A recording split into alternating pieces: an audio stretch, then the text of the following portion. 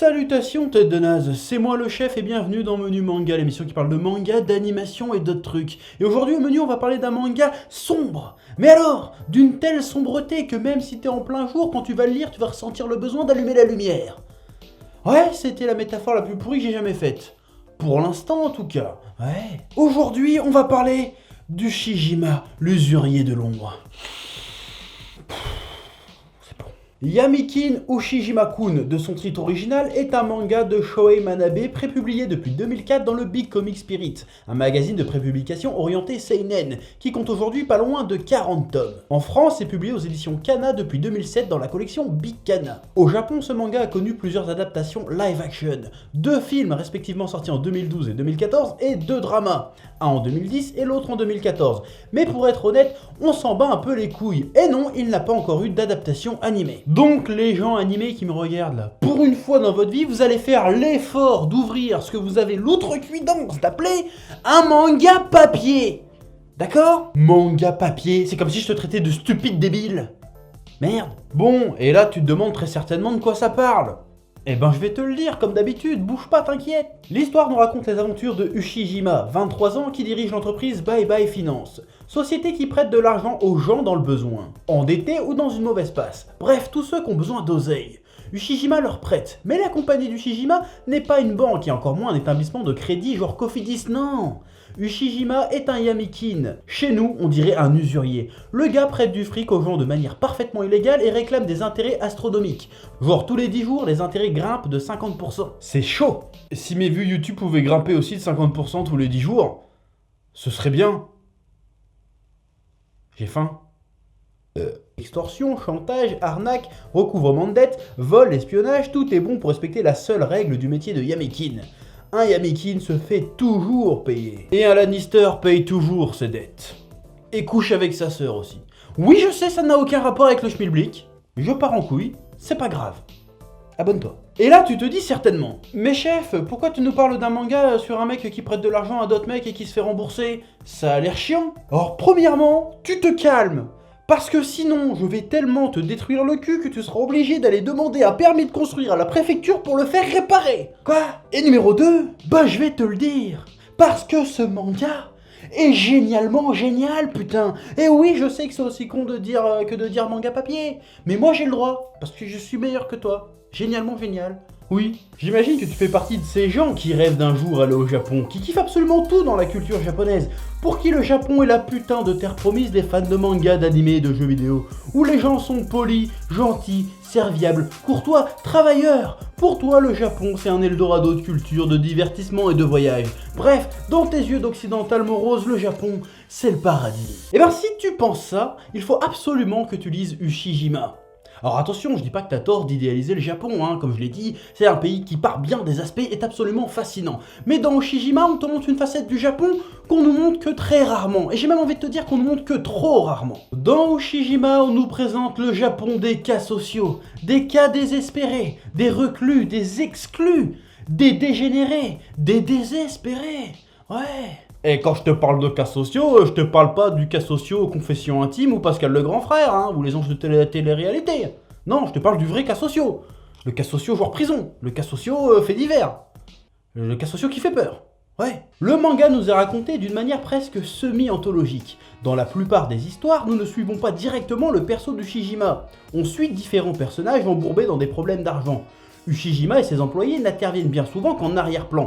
Ainsi, même si chaque histoire paraisse indépendante les unes des autres, elles sont toutes liées par leur lien de près ou de loin à Ushijima. Chaque arc nous présente différents personnages qui, chacun, représente une différente strate de la société japonaise. Un arc, on va suivre un salariman en dépression, un arc, on va suivre une vieille retraitée qui essaie de se refaire en boursicotant la pension de son mari, un arc, on va suivre un gars accro au pachinko, un arc, on va suivre une jeune fille qui fait de l'escorte en secret. Chaque histoire, chaque personnage va donc nous parler d'un milieu différent, mais aussi de problématiques de la société japonaise différentes. Par exemple, le surmenage et le harcèlement au bureau, la condition des retraités, les jeunes qui ont du mal à trouver leur place dans la société et qui subissent une énorme pression sociale pour se marier et trouver un bon boulot. Et si à première vue toutes ces problématiques, tous ces thèmes abordés semblent totalement différents, en réalité ils sont tous liés par un point commun. l'argent, ou le manque d'argent, le besoin d'argent. Et on pourrait croire, tout comme ces personnages, que quand Ushijima se pointe, c'est pour régler tous leurs problèmes en leur prêtant les sommes d'argent qui leur permettraient de sortir de leur galère. Eh bien non, c'est beaucoup plus vicieux que ça. Ushijima, c'est pas un héros ou un bon samaritain. C'est une putain d'ordure qui n'en a strictement rien à foutre de tes problèmes. Lui, ce qu'il veut, c'est te soutirer de l'argent, ou des ressources, quels que soient les moyens. D'ailleurs, ses débiteurs, il les appelle ses esclaves. Si tu peux pas payer avec ton argent, il va te forcer à emprunter à ta famille, tes amis, tes collègues, quitte à les forcer à leur tour à faire un crédit pour toi. Ou alors il te prendra ta maison, ou la maison de tes parents. Ou alors il ne te prendra pas d'argent, mais en échange tu devras lui rendre un très gros service. Le but d'Ushijima, c'est de tout te prendre, même si tu dois en crever. À partir du moment où tu décides de faire affaire avec lui, c'est fini. Son seul but, c'est de te niquer. Un peu comme Wisdeo. Bim! Ça c'est cadeau ça. Et malgré ça, le personnage d'Ushijima risque de te paraître sympathique en fait. Ouais. Le gars est super intelligent, charismatique et mystérieux. Tu as vraiment envie de suivre les aventures de ce mec, et quand les histoires tournent autour de lui, qu'il doit se dépatouiller d'affaires judiciaires ou qu'il a des emmerdes avec un concurrent ou des yakuza, tu te rends compte que même si c'est un parfait enfoiré, il ne fait que faire ce qu'il faut pour survivre dans son milieu. On en profite pour aussi critiquer le système judiciaire au passage, parce que c'est grâce à ces failles que Ushijima peut prospérer. Et le manga est aussi très moralement ambigu. En fait, il n'existe quasiment pas de personnage fondamentalement bon dans ce manga. Et souvent, même les victimes d'Ushijima, tu te rends compte assez vite que c'est des saloperies encore plus avides que lui. Avec un certain nombre de casseroles au cul d'ailleurs. Les histoires finissent très souvent assez mal pour les usuriers d'Ushijima, voire parfois très mal. Bon, des fois ça finit plus ou moins bien, mais en tout cas, c'est jamais à 100% positif ces affaires. Ce manga est saisissant de réalisme, parce que les difficultés que rencontrent les personnages, les difficultés financières, les doutes, les peurs qui les habitent, ça pourrait très bien t'arriver à toi aussi, je veux dire. Genre, de perdre ton statut social, de pas avoir d'argent, d'être noyé sous une montagne d'emmerdes. Toutes les situations de ce manga arrivent tous les jours dans la vie réelle. Ce manga me file des putains d'angoisse, on pourrait le ranger dans la catégorie horreur. Et en plus, l'auteur, il a dit que pas mal des histoires de son manga sont inspirées de faits réels, réellement. C'est chaud, ça m'angoisse, je transpire, je suis en sueur là. Et le côté horreur, effrayant, horrifique est accentué avec les dessins. Le découpage en soi est assez classique, simple et efficace. Ce qui va nous intéresser ici, c'est surtout le trait. Certes, il risque de te paraître un peu grossier. Regarde-moi la tronche des personnages, ils ont tous une sale gueule. Sont soit trop gros, soit trop maigres, soit trop vieux. Leur moindre défaut physique est exagéré. Regarde-moi ces allures de petits rats aux petits yeux cruels pleins de vices. Les personnages du manga semblent totalement déformés par le poids que la société fait peser sur eux. Par le poids de leurs erreurs, de leurs échecs, de leur avarice. Tous les traits humains sont exagérés. Quand les persos mangent, ils mangent comme des gros porcs. Quand ils boivent comme des crèves de soif. Et quand ils pleurent, ils bavent et ont de la morbonnée comme des gros gamins. On dirait vraiment des animaux sauvages qui luttent pour leur survie. Même Ushijima, sauf que lui au lieu d'être un petit rat tout vilain et apeuré, c'est une immense baraque impassible qui fout les jetons. Il domine ses victimes aussi bien mentalement que physiquement. Il est vraiment représenté comme un prédateur urbain. C'est vraiment très intelligent et très bien foutu. Tout ça servi par des rebondissements Breaking Badesques, c'est génial. Ouais. Mais ceci dit, je ne pense pas que Ushijima soit qu'un simple témoignage, qu'une simple chronique d'une certaine facette de la société japonaise. Je pense que c'est un manga qui nous invite à une réflexion beaucoup plus universelle. C'est quoi notre rapport à l'argent? Quelle est la place de l'argent dans notre société? Et pourquoi ça a une si grande place? J'ai le sentiment personnellement que ce manga essaye de nous dire que si l'argent a une telle place dans notre vie et dans notre société, c'est peut-être parce que l'être humain est avide par nature, qu'il en veut toujours plus, qu'il en a jamais assez. Parce que bien regardez, la plupart des gens qui font appel à Ushijima dans le manga, à la base, n'en ont pas besoin. Ils ont juste envie de plus de fric. Peut-être que ce manga essaye de nous dire que l'homme a mis au point une espèce de société qui est en fait une immense jungle urbaine où seuls ceux qui ont les plus gros crocs peuvent survivre. Et quand je te parle de gros crocs, je te parle de gros comptes en banque, je te parle de flou, je te parle d'oseille, je te parle de monnaie. Ouais. Dans Menu Manga, je parle souvent de mangas qui proposent, au travers de la fiction, des réflexions sur notre monde, sur notre société, sur l'humain. Mais ça reste des univers fantasmés, imaginaires, qui, peu importe la profondeur du propos et la dureté de ces univers, nous permettent quand même de nous évader quelques instants de notre réalité souvent morose et angoissante. Ushijima fait partie de ces mangas qui font l'exact opposé. On n'essaye pas de te faire réfléchir sur le monde en te faisant voyager dans un monde de rêverie. Non, on te met la tête directement dans ton caca. Tu te prends une bonne dose de réalité froide, glaciale et cruelle en pleine gueule. Pas d'illusion, pas de magie, on te cause de la vie, la vraie, de vrais problèmes, de vrais drames qui arrivent tous les jours à des millions de gens. Ushijima, c'est sacrément angoissant, surtout si dans ta vie t'as déjà eu de grosses galères de thunes. Tu vas te choper des sueurs froides et des palpitations parce que tout ce qui se passe dans la tête des personnages, ça s'est déjà passé dans ta tête. Quand tu refermes un tome d'Ushijima, tu te dis putain, on vit quand même dans un sacré monde de bâtards, mais en même temps, t'es vachement soulagé de pas avoir autant d'emmerdes que les personnages de ce manga.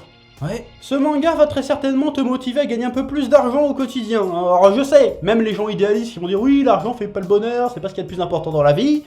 Certes, mais ça t'évite quand même pas mal d'emmerdes quand t'en as. Ouais, notamment d'avoir besoin de faire appel à un usurier.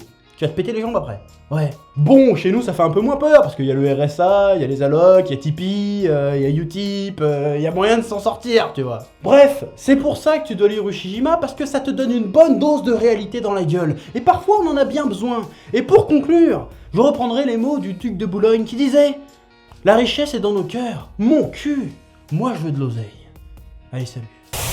Bon, là j'ai fini la partie un peu menu manga, là je vais te causer sérieusement. Ushijima, c'est réellement une dinguerie, c'est une espèce de berserk urbain, tu vois, c'est génial. Et ben, j'ai appris que ce manga, qui est édité en France depuis plusieurs années, trouvable de manière parfaitement légale, ne se vend pas plus que 200-300 exemplaires par tome qui sort. C'est un scandale. Donc, si tu as vu cette vidéo, que ça t'a fait kiffer, tu vas aller acheter ce manga, parce que c'est pas normal qu'il y ait un truc comme ça qui passe totalement inaperçu. Je suis colère, oui. Bref, sinon, comme d'habitude, si tu as aimé ce petit menu manga sur un manga pas très connu, même pas connu du tout, ça faisait longtemps qu'on n'avait pas parlé de manga comme ça, on revient, c'est bon, tu mets un pouce bleu, tu commentes, tu partages, tu t'abonnes aussi, et tu vas en faire un tour sur Utip parce que j'ai pas envie de faire appel à un usurier qui va me casser les jambes. Alors tu vas sur Utip, tu regardes une petite pub de quelques secondes, et on gagne quelques malheureux deniers. Et puis c'est tout. Hein, t'achètes mon comics aussi, parce que la passion n'est jamais finie. Et sur ce, je te dis à bientôt pour le prochain menu. Et la prochaine fois au menu, eh ben, gratin de pâtes avec du saumon fumé. Ça n'a aucun sens, mais je sais que t'as kiffé. Allez, bisous. Eh oh, tu vas pas te barrer comme ça, hein? Tu vas laisser un pouce bleu? Un petit pouce bleu, hein? Puis tu regardes aussi les autres vidéos? Parce que voilà, tu t'abonnes? Ouais? Ouais.